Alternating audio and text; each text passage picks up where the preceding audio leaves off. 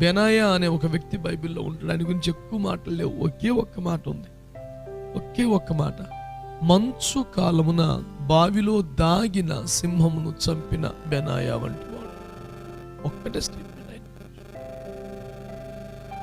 ఆ జనాభా లెక్కల్లో గోత్రాల వరుసలో ఆయన పేరు కనిపిస్తుంది, కానీ ఆయన విశేషాలు పెద్దగా ఏమి ఉండవు బైబిల్లో. దాన్ని ఎందుకు ప్రస్తావించాడు? మంచు కాలమున ఏదైనా బావిలోకి తొంగి చూడండి, ఆ నీటి ఉపరితలంపై వచ్చిన మంచు వల్ల లోపటి పెద్దగా ఏం మనకు కనపడదు. అలాంటిది ఒక నేల బావిలో దాగిందట సింహం. మృగాలకు జంతువులకు ఎట్లయినా చూపు ఎక్కువ ఉంటుంది కదా, నిశాచరాలు గనక రాత్రులు సంచరిస్తాయి గనక. అయితే అవి అట్లాగా దాగి ఉన్న సింహాన్ని ఏమండి కనిపెట్టి చంపేశాడంట. అంటే అది ఏమాత్రం అనుకూలత కాదు, బాగా రిస్క్.